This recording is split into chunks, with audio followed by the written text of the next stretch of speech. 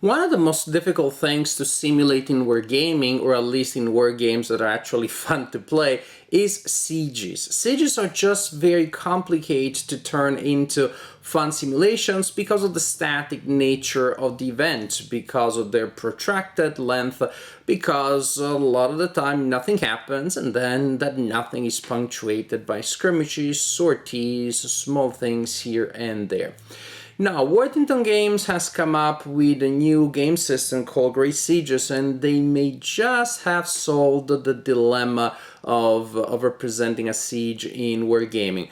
It's a system that is abstract enough that it allows you to gloss over the parts that are not all that interesting and simply to fast forward to the events over a period of time that matter, that will influence things. So that's interesting. That's a new way of doing it. The game system is called Great Sieges, and 1759, the Siege of Quebec, is the first game in the system, so it's also an important game because it exemplifies this new approach. The topic, well, we are in the 7-Year War. We are fighting in North America over those famous few acres of snow. That snow must have been amazing, must have been such good snow. And so we have here the British versus the French. The French are the besieged party, they are controlling Quebec, as the British are coming up the river trying to land next to it and naturally to lay a main siege there, but also trying to wreak havoc in the areas around, trying to distract the French or to draw them out of Quebec. It's a game that represents these two sides, and it has the strange, unusual distinction of being a double solitaire game. That is, you can play as the British player against a French AI, or as a French player against a British AI. So technically you have two games here, even three if you consider that the game comes with a two-player variant, but I haven't tried that one yet. What I did was to play both sides, to try both solitaire games. The British player is the attacker, will need to try to get those people out of Quebec as fast as possible before too much time goes by, before the river freezes over and then the British Navy has to leave. So this is the situation, this is the general idea. Let me show you how the game works. This is the board of the game, and this is the game at setup. I love this board. It just looks so nice. It just looks like a military map as you would see it in a history book. It is also very easy to read. There are no ambiguities because all that matters from the point of view of game design strictly is the boxes in which you place the game pieces and the names of the locations. We have blue pieces representing French forces and then red pieces representing British forces. All military units are represented by wooden blocks, with wooden blocks in the river representing British ships only. The British have ships that are represented by game pieces. The French can use fireboats, but those are simply abstracted through game effects. Here we have the morale track, very important. When you take military losses, you lose a morale point for each loss that you take, plus your morale may be affected by game effects. When a side goes down to 0 morale points, the side loses. So you win the game if the side controlled by the AI goes down to 0 morale points before your side does. Also, the British side wins by emptying Quebec, this is Quebec, and having their own troops here, some of their own troops here. In order to do so, however, to place troops in this area, which is Abraham, they need to move ships from here to here. And there are a lot of game effects, including the French fireboats that will push the ships back there, and then you have to do the trip again before you can land here and truly threaten Quebec, which is pretty much the only viable way for the British player to win the game. The French player can win the game simply by resisting until the end of the game. At that point, it's assumed that the river is freezing, the British leave, and you survive. So these are the victory conditions. Two are identical for the two sides. Well, the morale condition is identical, plus each side has different different victory conditions. So you choose the side that you want to play. Suppose you want to play the British player, then you use this player aid that tells you the unique actions and combat tables that are available to you, and then you will have to deal with the French AI deck. Vice versa, if you want to be the French player, then you take the player aid showing you the unique actions and combat tables for the French player, and you will fight against the British AI deck. The size of the deck changes, depends on how much challenge you want. If you're the French player, then a thick British deck means that you will have to survive for a long time. And since the deck also represents the countdown clock of the game, if you're the British player, then a thin French deck is more challenging for you because it means that you have less time to complete your objectives. So the main mechanism in the game is extremely simple. Each turn you simply select, and suppose we are the French players here, you select one of the actions that you see here on the player aid and you place a marker to represent it. Suppose that we want to skirmish, then we simply place a marker there. Or maybe we want to launch Indian raids, or hold, or attack Lower Quebec, or attack Upper Quebec, or attack the British Abraham, which is possible only if there are Brits at Abraham, and actually if there are those, then this action becomes mandatory in the solitaire game. Yes, you could also choose to play the game 2 players, but I haven't tried it that way. You can move troops, and then you also have special actions. You have 2 special aggressive actions, and then you can launch fire ships actions twice. That means that every turn you must select one of these actions and you mark it that way. You may also combine it with a special action, but you only have 2. Basically, if you launch an attack with this action, with the aggressive commander action, then it will be more bloody. If you combine your action with this one, then there's a chance that your morale will go down, or that you will push British ships to safe anchor. That is, from wherever they are, remember you don't want them there, to safe anchorage. That would be there. Gameplay simplicity itself. So you select your action that you want to perform. And suppose we're just holding, we don't know yet what the future holds, so we hold 2, just in case. After you select your action, you draw the top card from the enemy deck that you're using. So we're using the British deck because we're playing as the French. And then you will resolve the top part of the card simply following instructions that are self-explanatory. So in this case we can proceed with the order or do this other thing. Oh, we got the same copy. Oh, proceed with the order or do this other thing. I'm not gonna read all the cards, but you can pause the video and so you can get a sense of what the cards do. And that's why I want to show you a bunch of them so you can still later gain further information. And suppose that, well, we just resolved the action here, and after we resolve the action, we look at the band that is at the bottom of each card that has a letter.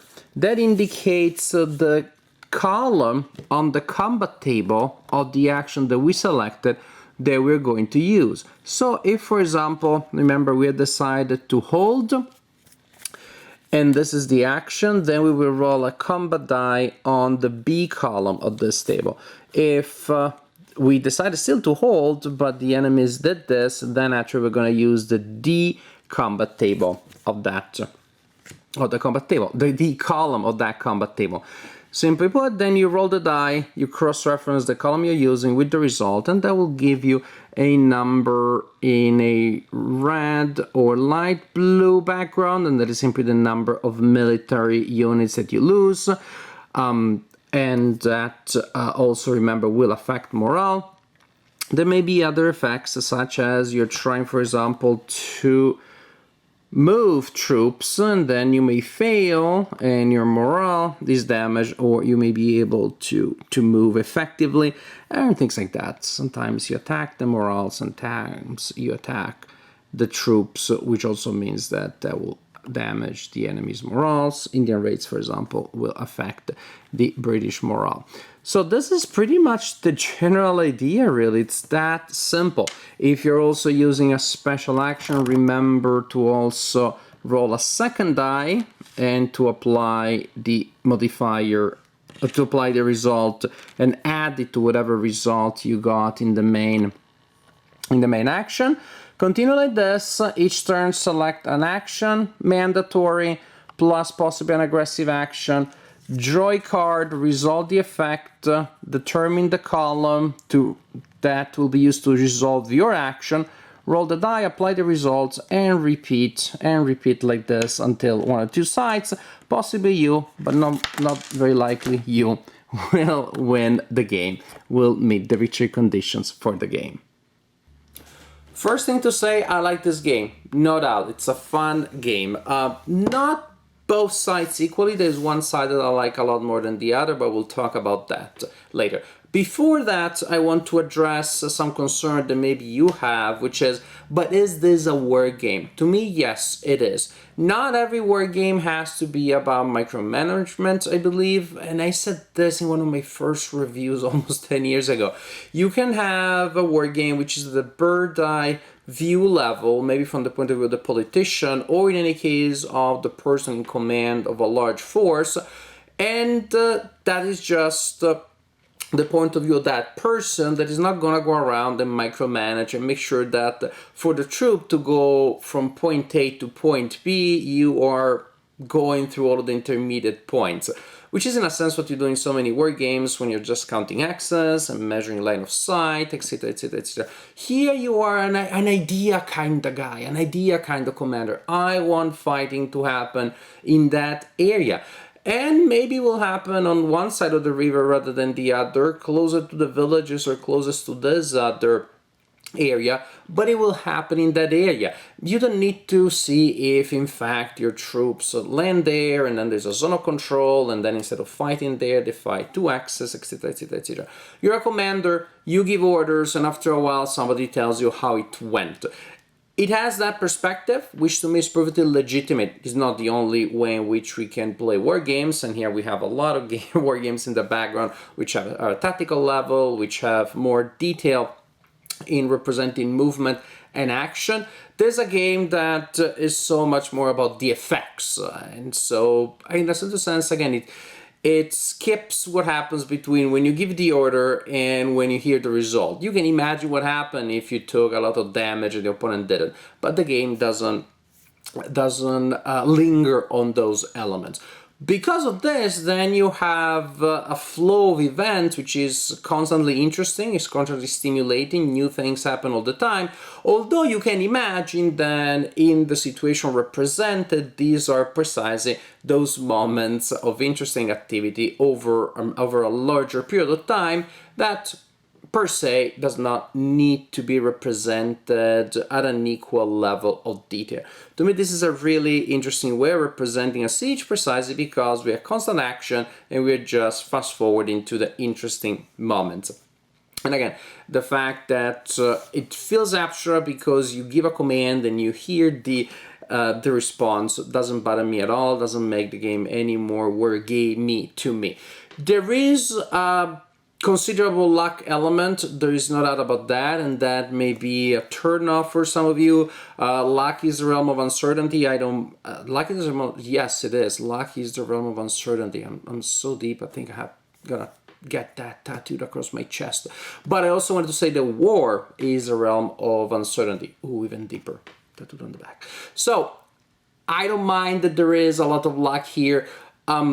And there will be games that you lose just because Lady Luck is against you that time. But when you win, you usually will see that you didn't need luck, but you also did some planning, you did some reacting to things that were happening. There is still a degree in which you feel that your decisions matter. Now, as I said earlier, the two sides to me are not equally interesting. I'm not a big fan of playing as the British because the game feels very scripted. You need to go from one point to the other, you need to move your ship next to Quebec and then land people there and then attack there.